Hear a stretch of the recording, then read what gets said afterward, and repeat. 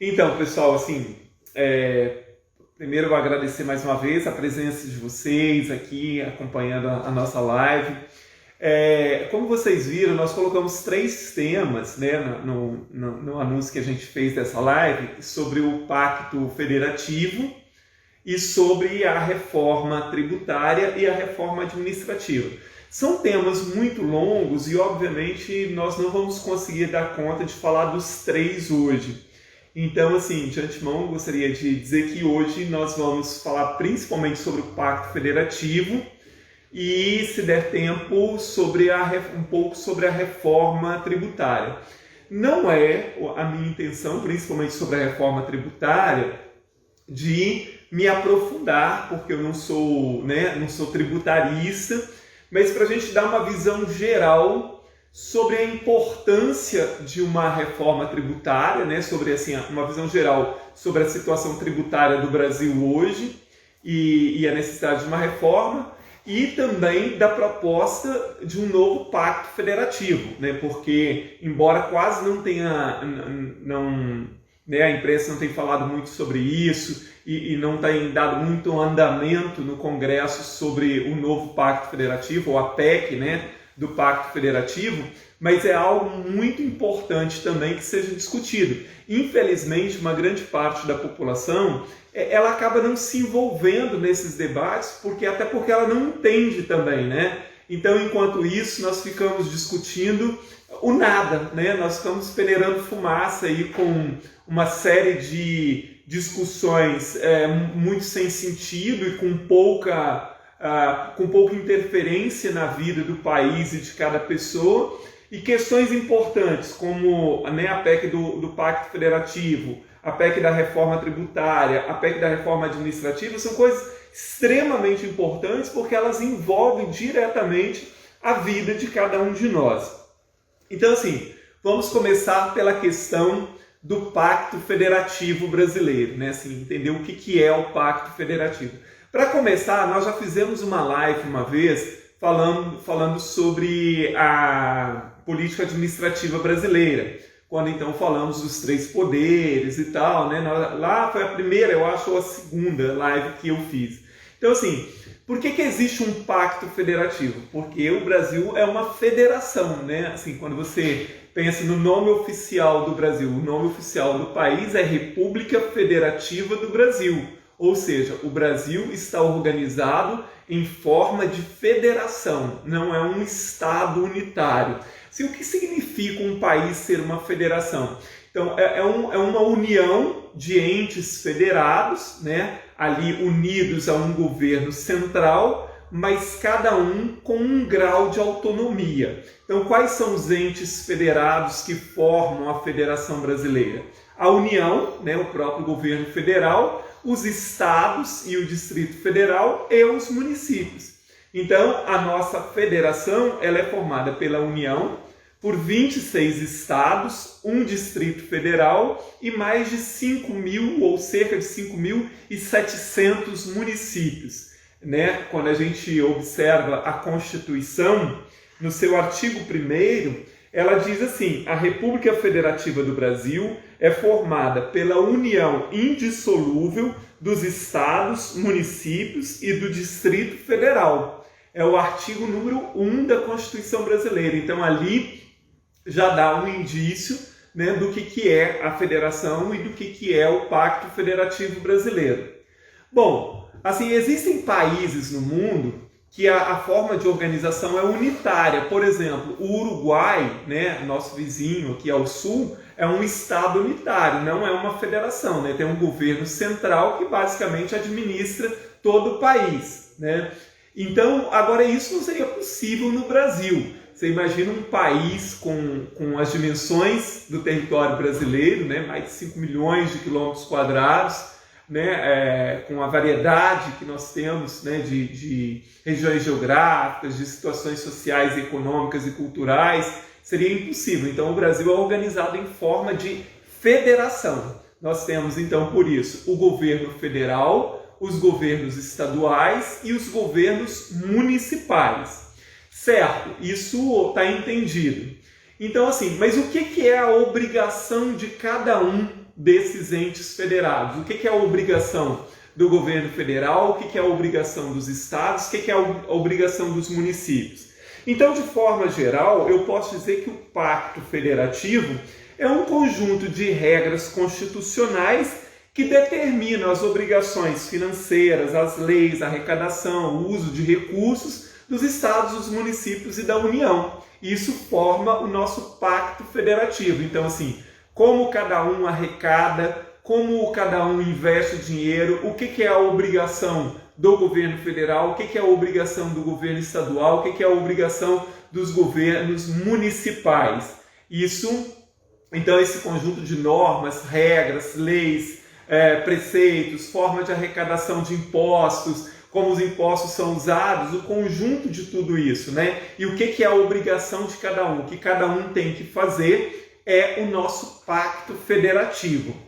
Então, assim, dentro desse Pacto Federativo brasileiro, a gente sempre vai dizer assim, porque na cabeça de muita gente, as pessoas acham que assim, o presidente da República manda no governador e os governadores mandam nos prefeitos. Ninguém manda em ninguém, certo? Os estados e os municípios são autônomos. Então, assim, o presidente da República não tem nenhum poder sobre governadores nem sobre prefeitos. Assim como governadores não têm poder nenhum sobre prefeitos. Então, assim, um governador não pode determinar o que um prefeito vai fazer ou deixar de fazer. Isso já está estabelecido na Constituição, o que ele tem que fazer, o que é a obrigação dele, o que não é. Assim, o presidente da República, ele não pode determinar o que os governadores vão fazer ou deixar de fazer, porque isso já está estabelecido na Constituição também.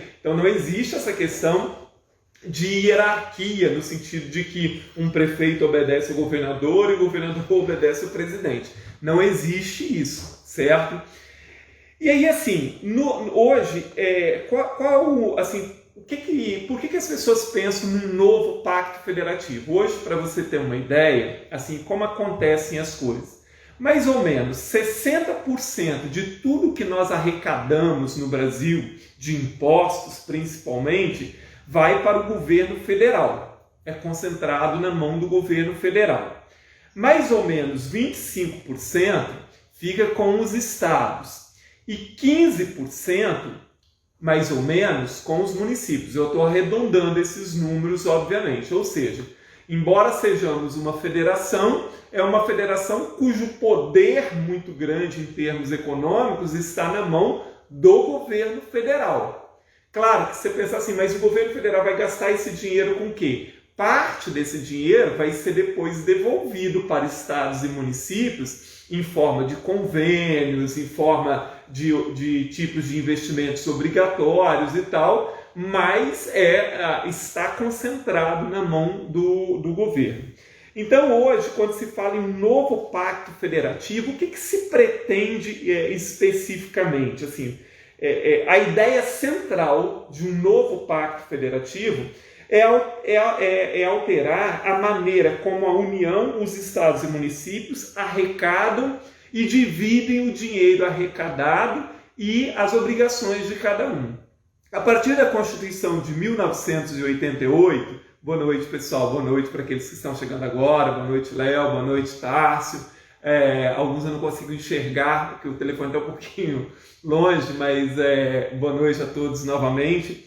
Então, assim, o que acontece? A partir da Constituição de 88, principalmente, uma série de serviços que eram de obrigação do Estado e até da União foram repassados para os municípios. Por exemplo, a partir de 1988 ficou estabelecido que o ensino infantil, a educação infantil e o ensino fundamental passariam a ser de responsabilidade dos municípios. Né? O ensino médio dos estados. Também postos de saúde, você já deve ter percebido isso, né? Assim, que hoje grande parte dos postos de saúde, eles são dos municípios, eles não são do estado nem do governo federal. Para aqueles que têm mais ou menos a mesma idade que eu, e eu estou com 25 anos, brincadeira, já vou fazer 55, Então, quem está nessa faixa aí dos 50, 55 anos ou mais, vai lembrar que até a década de 80, quase todos os postos de saúde que existiam nos municípios, eles eram do Estado. Era o Estado que financiava, era o Estado que bancava, não tinha posto de saúde de município. Então, a partir da Constituição de 88, uma série de serviços passou para os municípios, sobretudo na área de educação e de saúde. Mas não aumentou tanto o repasse de dinheiro para os municípios. Quer dizer, eles tiveram que arcar com mais responsabilidade, mas não tiveram um aumento considerável de repasse, né? Então, uma das questões que, talvez essa seja uma das ideias centrais, né, de um novo pacto federativo, é como distribuir melhor esse recurso, de tal forma que uma parcela maior de recursos fique com os municípios e com os estados, né? E não tanto com a União. Existem muitos problemas para você pensar em um novo pacto federativo, porque de alguma forma também esse novo pacto federativo, ele também está relacionado com a reforma tributária também, né? Então, assim, a gente pensa assim, nós precisamos, né, quando o Paulo Guedes, porque em 2019, o Paulo Guedes, né, o atual ministro da Economia, ele entregou no Congresso Nacional várias PECs, que no conjunto ele chamou de Mais Brasil, né? Então, assim, a PEC emergencial, por exemplo, a PEC... essa PEC da reforma do Pacto Federativo, foi tudo entregue naquela ocasião. Então, essa questão de descentralizar está muito relacionada a uma frase muito usada pelo atual presidente, ou que era usada, agora não usa mais tanto, que era falar assim, mais Brasil, menos Brasília, ou seja, assim, né, redistribuir então mais o dinheiro para estados e municípios e, obviamente, mais obrigações também. Ocorre que, assim, tem coisas que precisam ser analisadas com muito cuidado, né? Hoje, por exemplo, você tem uma arrecadação maior concentrada na mão da União, porque, assim, você tem estados muito desiguais no Brasil. Por exemplo, o estado de São Paulo tem mais de 40 milhões de habitantes. São Paulo, se fosse um país, estaria entre as 20 maiores economias do mundo, praticamente. São Paulo tem uma economia, um PIB, do tamanho do PIB da Argentina, aproximadamente. E a Argentina está entre as 20 maiores economias do mundo. Se São Paulo fosse um país, São Paulo seria o 25º ou 26º país mais populoso do mundo. Então, assim, São Paulo vamos dizer assim, é um colosso, né, dentro da realidade populacional e principalmente econômica do Brasil. Hoje, por exemplo, falava com uma pessoa que dizia sobre a possibilidade de ter universidades estaduais, aí, olha, porque lá em São Paulo, por exemplo, tem 3 universidades estaduais. Não dá para comparar, né? A economia de São Paulo, assim como eu falei, São Paulo tem uma das maiores economias do mundo. Não é que é só a maior economia do Brasil, é uma das maiores economias do mundo. Então, hoje, dentro dessa forma de arrecadação que acaba indo muito para o governo central, né, para o governo federal, parte do que é arrecadado, por exemplo, em São Paulo, acaba indo, obviamente, também para regiões mais pobres. Então, assim, dentro desse pacto federativo que existe hoje no Brasil, tem muito isso, né? Então, assim, estados e municípios mais ricos acabam ajudando a financiar a vida dos estados e das regiões mais pobres. Isso acontece mesmo.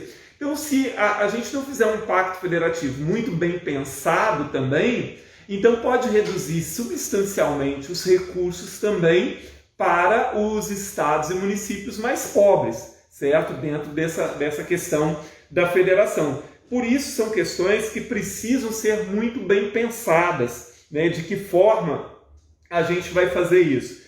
Então, dentro desse novo pacto federativo, para reorganizar a forma de gastos e tal, uma das propostas que contém a proposta do Guedes, né, de um novo arranjo, né, do pacto federativo, é a extinção de municípios. Então, uma das questões que está mencionada nessa PEC é que os municípios com menos de 5 mil habitantes no Brasil, teriam até 2023, até junho de 2023, para provar que eles têm uma arrecadação que significa pelo menos 10% do total da sua receita, ou seja, de tudo aquilo que eles gastam em um ano, que os impostos que eles recolhem significa pelo menos 10% disso. Por quê? Hoje nós temos, segundo o IBGE, são mais ou menos 1.200 municípios brasileiros com menos de 5.000 habitantes. Né? Então, assim, 5.000 habitantes é menor do que muitos bairros de muitas cidades, né, brasileiras.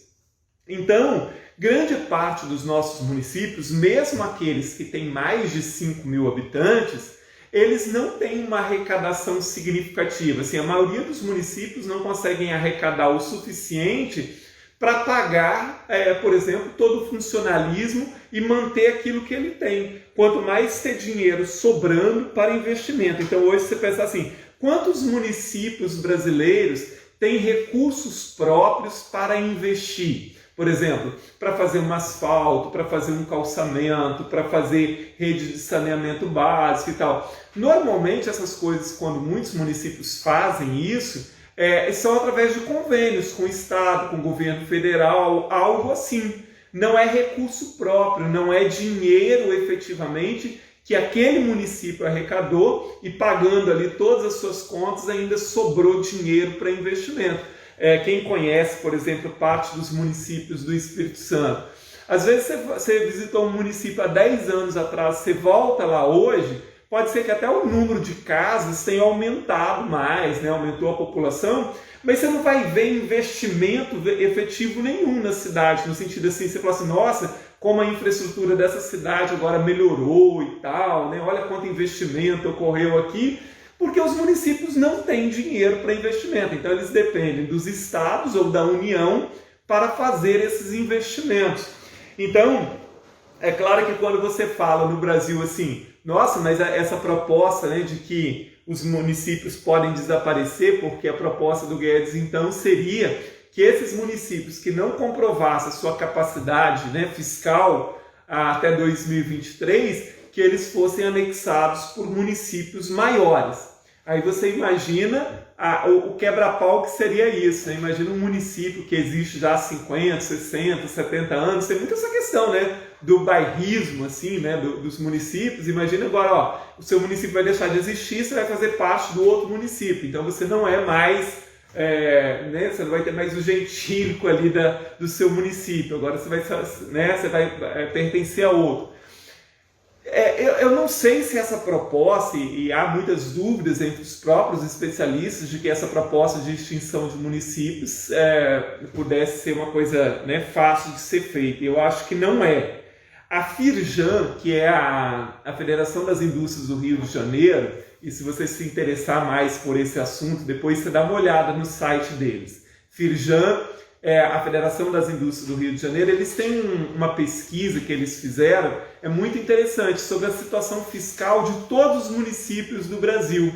Então você pode jogar ali, por exemplo, o nome do seu município. Então se você mora no município de, sei lá, de Afonso Cláudio, por exemplo, você entra lá, coloca Afonso Cláudio, que vai aparecer a situação fiscal dos municípios. Isso é muito interessante. Boa noite, Vanusa, obrigado. Então, você vai ver a situação fiscal dos municípios ali, que a Firjan fez no Brasil inteiro. Você pode consultar de qualquer município. Qual a situação fiscal, qual a situação de gasto do município. É muito interessante. E aí você vai ver que boa parte dos municípios tem um problema sério com essa questão fiscal mesmo. E aí nesse estudo, foi feita uma análise, que é um estudo muito amplo. Foi feita uma análise que aí os economistas, os pesquisadores dizem umas coisas muito interessantes sobre esses municípios que arrecadam pouco. Então, assim, eles dizem que precisa fazer um trabalho profundo para entender por que os municípios arrecadam pouco. Então, assim, porque o município é muito pequeno. Mas então, e existe possibilidade que esse município pequeno possa ter uma injeção econômica no sentido de que daqui a alguns anos, 5, 10 anos, ele possa ter uma arrecadação muito maior do que ele tem hoje e aí caminhar mais pelas próprias pernas. Essas possibilidades existem, mas aí eles entram em uma outra questão, né, que muitos prefeitos acabam se acomodando com esses repasses que vêm, né, do governo estadual e principalmente do governo federal, né, do Fundo de Participação dos Municípios e outros fundos, e acabam não primando efetivamente, né, por enxugar, por exemplo, as suas folhas de pagamento, por ter ali um número de assessores e de funcionários realmente que o município precisa, enfim, que existem outras alternativas também. Bom, mas isso é um caso para uma outra discussão. Bom, uma das questões seria essa, né, dos municípios com menos de 5 mil habitantes, que eles comprovassem, né, a sua capacidade financeira até junho de 2006. Uma outra questão são os gastos vinculados, né, da saúde e da educação. Hoje, por exemplo, estados e municípios precisam investir 25% na educação e a União 18%. E no caso da saúde, municípios têm que investir 15% do que arrecada, né, da sua receita em saúde, e os estados 12%. Por essa proposta do Guedes, se desvincula isso. Quer dizer, não desvincula, junta, soma, por exemplo, estados, então, não sei se você entendeu, estados têm que investir no mínimo 25% na educação e 12% na saúde. A proposta do Guedes é que isso seja juntado, então daria 37%. E aí os estados iam definir como eles vão gastar. Eles seriam obrigados a investir esses 37% na saúde e na educação, mas sem a obrigatoriedade de dizer quanto na educação e quanto na saúde. Isso cada estado definiria. Em tese, isso parece uma coisa boa. Mas assim, eu vou citar um exemplo do que aconteceu aqui no estado do Espírito Santo, né?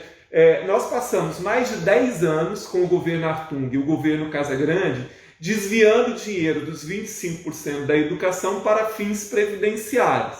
E isso que tem na Constituição dizendo que tem que ser investido em educação.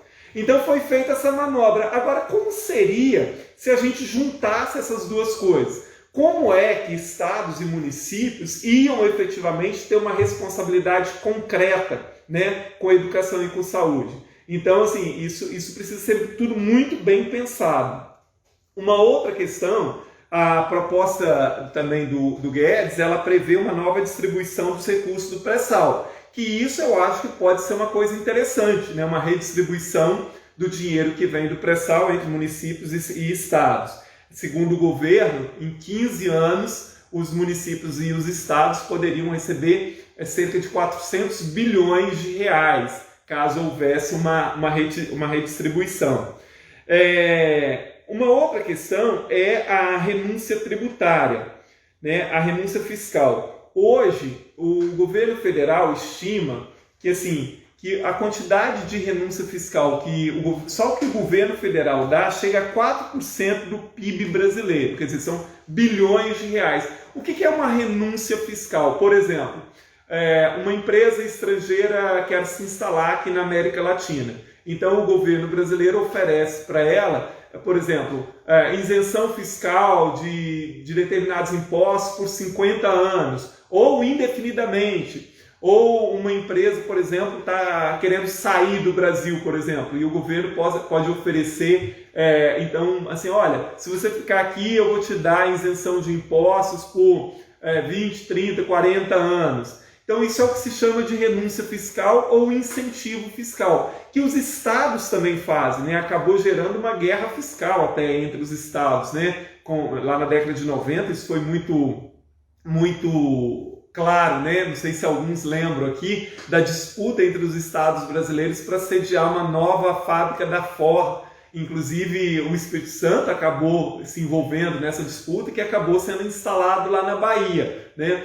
Hoje, qual é o pensamento, né, inclusive do próprio ministro? Que o Estado brasileiro ele perde bilhões de reais ao ano por causa desses incentivos fiscais. E aí, assim, claro que isso precisa ser muito bem pensado, porque algumas empresas pode ser que realmente precisem, mas hoje, no Brasil, nem se sabe mais por que uma parte das empresas recebem incentivo fiscal. Então, assim, é claro que talvez lá, há 30 anos atrás, esse setor precisava disso, mas hoje não precisa mais. E nos estados é a mesma coisa. Por exemplo, aqui no Espírito Santo, nós não temos a menor ideia de por que é que o Espírito Santo concede incentivos fiscais a uma grande quantidade de empresas. Nós não conseguimos identificar os motivos para isso. Porque o incentivo fiscal tem que ser dado, mas tem que estar muito claro que benefício isso traz, que emprego que gera, se traz tecnologia, se não traz. Aqui no Espírito Santo, pessoal, não sei se alguns lembram, lá no governo Artung, porque tinha um artigo na Constituição do Espírito Santo, que era o artigo 145, salvo engano, que ele dizia o seguinte, que o governo, ao final de cada ano fiscal, o governo tinha que demonstrar quanto de incentivo fiscal ele tinha dado, por quê e para quem. Então, naquela época, o Paulo Artung mandou a base aliada dele aqui na Assembleia extinguir esse artigo da Constituição do Estado. Era o artigo 145. Como a Constituição não foi renumerada, até hoje ela não tem o artigo 145, ela passa do 144 para o 146.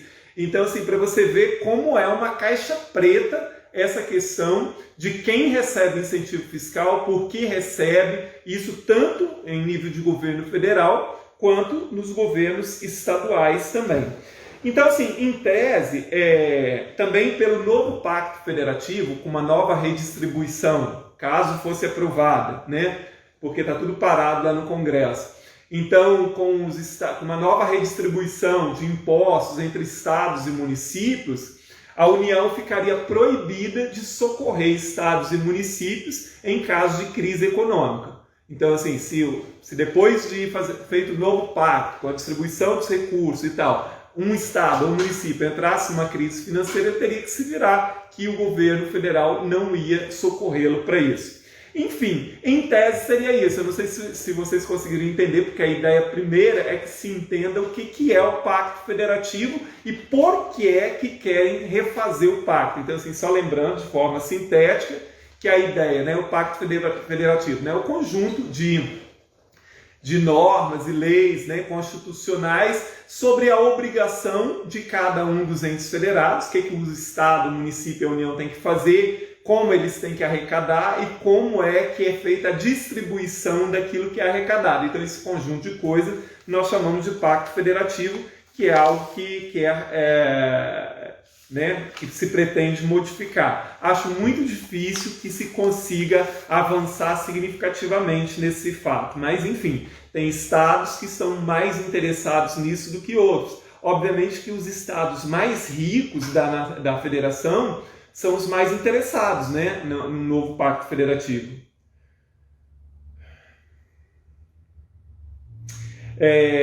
A Leone, lá de Cachoeira, está perguntando se o meu partido e eu somos a favor do juiz entrar na reforma. Olha só, o meu partido eu não sei. Eu sou completamente a favor, Assim, nós já falamos um pouco sobre essa questão da reforma e nós vamos falar de novo. Não há o menor sentido de você pensar numa reforma administrativa começando para mudar questões relacionadas a professor e policial.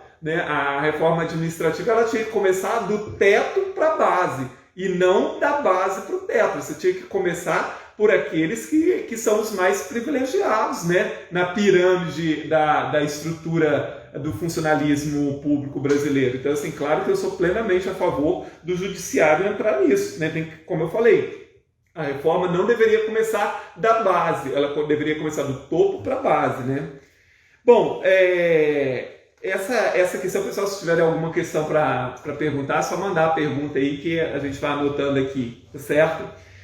Olha só, então dentro dessa questão também, o Guedes propôs nessa mesma época, com aquilo que eles chamaram de Mais Brasil, a reforma tributária.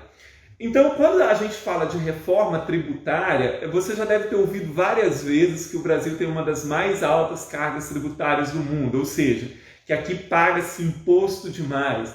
Há quem diga, por exemplo, que no Brasil nós pagamos imposto de primeiro mundo e temos de volta serviços de terceiro mundo. É uma coisa mais ou menos assim mesmo. A carga tributária do Brasil ela é muito grande. E aqui no Brasil, se tributa o consumo, a renda e as propriedades, né? Isso é tributado o tempo inteiro. E no Brasil, às vezes, as pessoas vão falar assim, mas no Brasil nem todo mundo paga imposto. Indiretamente, né, porque o imposto direto, né, que o cidadão comum paga é o imposto de renda. Como o imposto de renda tem faixas de renda de cobrança, então pessoas, por exemplo, que recebem um salário mínimo, que recebem 2 salários mínimos, não pagam imposto de renda. Ocorre que o imposto indireto todo mundo paga. E isso pesa muito, sobretudo, sobre a renda da população mais pobre. Então, por exemplo, se você vai ao supermercado e compra 1 litro de refrigerante, tem um imposto embutido ali, que você vai pagar. Porque no final das contas, quem paga o imposto é o consumidor final. Porque você fala assim, as empresas no Brasil pagam muito imposto. É verdade, elas pagam muito imposto, mas o imposto que elas pagam, elas vão jogar sobre o produto que elas produzem e vendem. Então assim, se uma indústria produz um par de sapato, então assim, ela comprou o couro, aí ela fez o sapato. Quando ela vende, o imposto que ela pagou, todos os impostos que ela pagou, ela joga em cima do preço do sapato. O lojista vai comprar o sapato da indústria, então com todos os impostos já embutidos. Aí o lojista vai vender para o consumidor final o par de sapato. Todos os impostos da indústria, todos os impostos do lojista já estão embutidos no sapato. Então lá no final, toda essa cadeia de impostos vai para as costas do consumidor, porque é ele que no final das contas vai consumir. Assim, quando você vai a uma lanchonete, quando você viaja para algum lugar, todo o custo tributário está ali. Então, assim, a carga tributária, ela vai para todo mundo, na verdade. E os mais pobres, embora não paguem o imposto de renda, a maioria, mas pagam muito imposto indireto. Mas o imposto indireto é igual para todo mundo. Não é, porque, por exemplo, imagine que uma pessoa tenha um salário de R$1.000, né? E aí tem uma outra pessoa, a pessoa A tem um salário de R$1.000, a pessoa B tem um salário de R$30.000. As duas vão ao supermercado, e aí no supermercado elas fazem compra lá, vão comprar verdura, vão comprar legumes, vão comprar produtos de limpeza, enfim, vão comprar carne, etc. Vamos imaginar que no final elas tenham comprado R$100 de compras, as duas compraram R$100. Então, desses R$100, mais ou menos 20% na verdade é de imposto embutido. Então, para a pessoa que ganha R$1.000, pagar R$20 de imposto indireto é proporcionalmente muito mais do que significa R$20 para uma pessoa que recebe R$30.000 por mês. Entendeu? Então, assim, proporcionalmente falando e indiretamente, os pobres são os que mais pagam impostos em termos proporcionais, impostos indiretos. Por isso, quando se fala da reforma tributária, a gente precisaria pensar toda a questão da cadeia tributária brasileira. E isso não é fácil de ser feito. Então, assim, mas essa reforma que está sendo discutida agora no Congresso, ela vai reduzir a carga tributária? Não vai. Praticamente não vai mexer em nada no total de impostos que se paga. Basicamente, a discussão está girando em torno da desburocratização, ou seja, hoje, sobre tudo aquilo que a gente consome, né, de bens e serviços, tem 5 impostos principais, que é o ICMS, o IPI, o ISS, o PIS/PASEP e o COFINS. Desses 5 impostos, um é municipal, que é o ISS, e um é estadual, que é o ICMS. Os outros 3 são impostos federais. Então, isso é uma complicação no Brasil. Então, uma das questões hoje que se propõe é unificar parte desses impostos, mas não reduzi-los efetivamente. Então, assim, quem está esperando que com a reforma tributária nós vamos ter, né, a carga tributária vai ser bastante suavizada no Brasil, principalmente, né, para o pequeno empresário, para o consumidor, não vai. Né? No Brasil, a questão tributária ela é tão pesada que a gente trabalha mais ou menos até o 5º mês do ano, até maio, até o começo de maio, em média, tudo que você ganha é para pagar impostos, impostos e taxas. Se você considerar aí, por exemplo, IPTU, você considerar todos os impostos diretos, indiretos, taxas que você paga, o cálculo que se faz no Brasil é que cada brasileiro, em média, trabalha 4 meses do ano só para pagar impostos. Tem uma pesquisa de alguns tributaristas que eles dizem que as empresas no Brasil, durante 3 meses do ano, elas trabalham só para organizar aquilo que elas precisam pagar, o que elas têm que fazer de burocracia. Isso equivale a cerca de 3 meses de trabalho delas durante o ano. Então, assim, a reforma tributária, ela é necessária. Agora, hoje, pessoal, e aí, para a gente deixar assim só o gatilho para a próxima, que a gente vai deixar para falar sobre a reforma administrativa. Hoje, estados, municípios e União, eles não podem abrir mão de receita.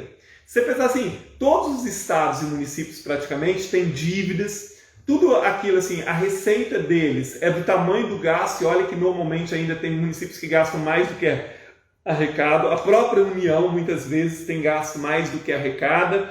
Então, para você fazer uma reforma tributária que você possa abrir mão da arrecadação, nós tínhamos que primeiro fazer um grande apanhado no Brasil para cortar despesa.